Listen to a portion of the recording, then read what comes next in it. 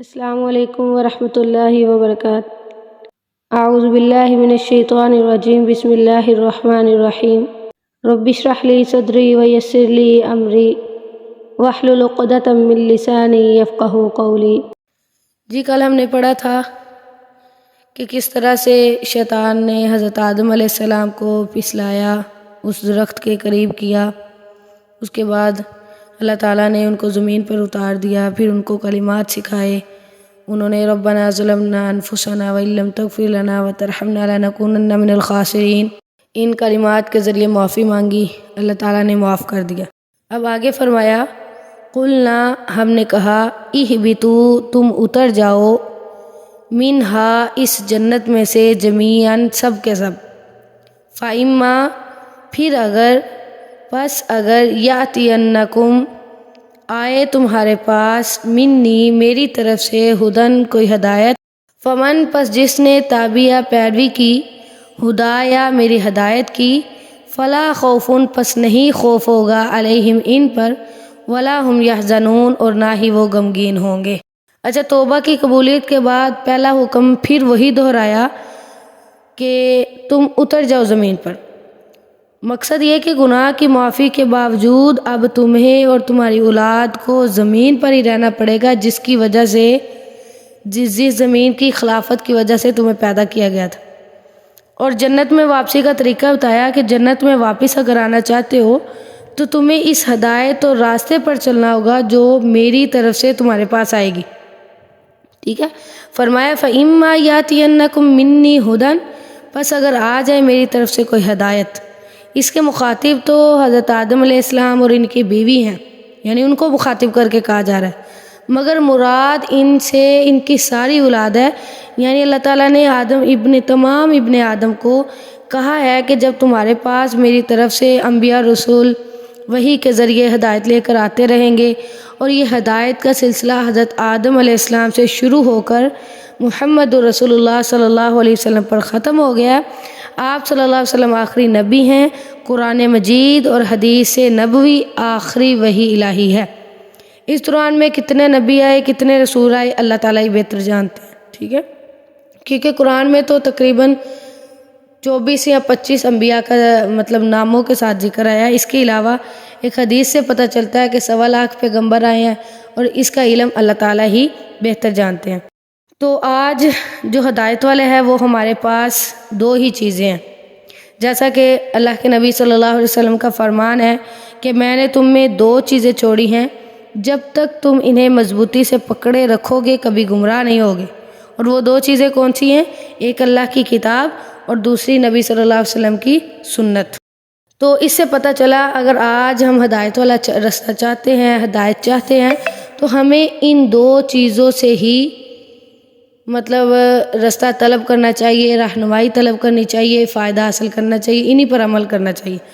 کیونکہ فرمایا تھا بس اگر آ جائے تمہارے پاس میری طرف سے کوئی ہدایت، تو ساتھ ہی فرمایا فمن، پس جس شخص نے تابعہ، پیروی کی، ہدایا، میری ہدایت کی، جس نے پیروی کی، میری ہدایت کی، تو اس سے پتہ چلا کہ اصل ہدایت کون سی ہے؟ جو اللہ تعالیٰ کی ہے، یعنی اللہ تعالیٰ کے رستے پہ جو چلتا ہے، اصل ہدایت، اصل کامیاب وہی ہے۔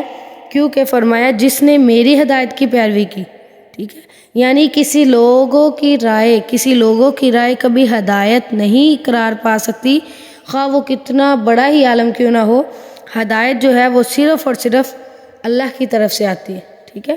اور فرمایا جو ہدایت کی طرف آ جائیں گے فلا خوف علیہم ولا ہم یحزنون، انہیں نہ ہی کوئی خوف ہوگا اور نہ ہی کوئی غم ہوگا۔ تو یہ سمجھ لیں کہ خوف کسے کہتے ہیں اور غم کسے کہتے ہیں۔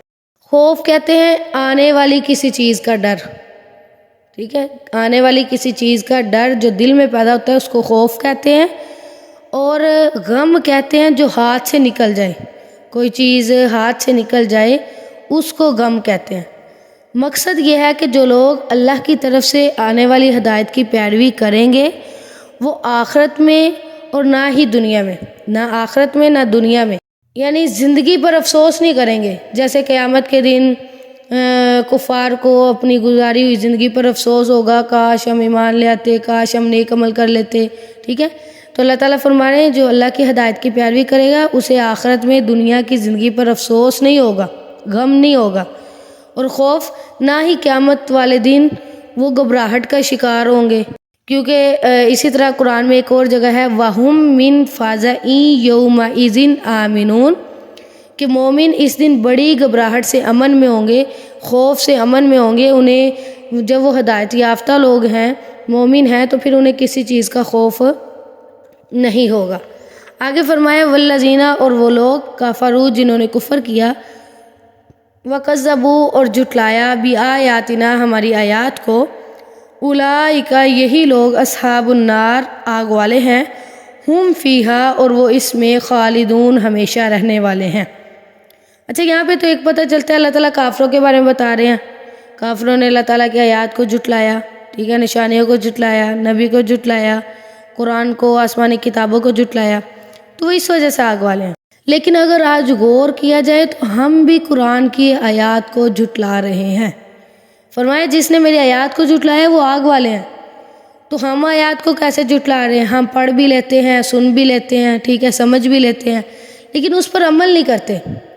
ظاہر سی بات ہے جب تک ہم کسی حکم پر عمل نہیں کرتے تو اس کا مطلب یہ ہے ہم اسے مانتے ہی نہیں ہیں، ٹھیک ہے، یعنی سن سنا کے عمل نہ کرنا یہ بھی جھٹلانے کے ہی برابر ہے، ٹھیک ہے۔ اگر یقین ہوتا سچ ہونے کا تو اس پر فوراً عمل کرتے، جب عمل نہیں کیا تو اس کو جھٹلا دیا، ٹھیک ہے۔ اپنے عمل کے ذریعے ہم قرآن کو جھٹلاتے ہیں، تو اس چیز سے ہمیں رک جانا چاہیے کہ غور کرنا چاہیے کہ اللہ تعالیٰ کیسے فرما رہے ہیں کہ جگہ جگہ قرآن میں آتا ہے کہ جنہوں نے میری آیات کو جھٹلایا ان کا ٹھکانہ آ گیا اور وہ ہمیشہ ہمیشہ اس میں رہیں گے۔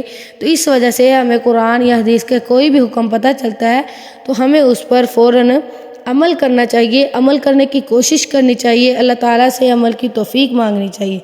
اللہ تعالیٰ سے دعا ہے اللہ تعالیٰ ہمیں بھی ایسے خوش نصیبوں میں شامل فرما لے جنہیں قیامت کے دن نہ کوئی خوف ہوگا اور نہ ہی کوئی غم ہوگا، اور اللہ تعالیٰ ہمیں جو ہم قرآن سے پڑھتے ہیں، سنتے ہیں، اس پر کما حق ہو عمل کرنے کی توفیق عطا فرمائے۔ سبحانک اللہم و بحمدک نشہد ان لا الہ الا انت نستغفرک و نتوب الیک۔ السلام علیکم ورحمۃ اللہ وبرکاتہ۔